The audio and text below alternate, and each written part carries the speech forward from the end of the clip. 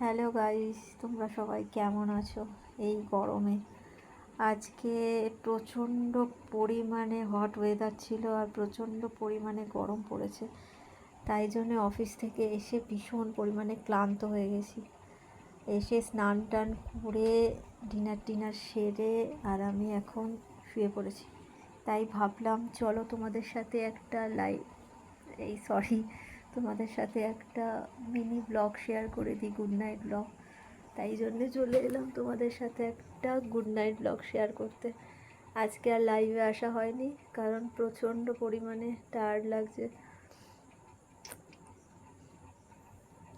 তোমরা যাদের যাদের আমাকে ভালো লাগে তারা তারা আমার চ্যানেলটাকে সাবস্ক্রাইব করে দিও।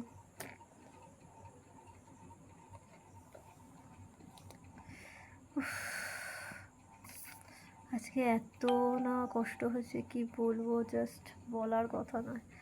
এত দিনের মানে দিনের মধ্যে আজকে মনে হচ্ছে সব থেকে ফেরার সময় সব থেকে বেশি কষ্ট হয়েছে,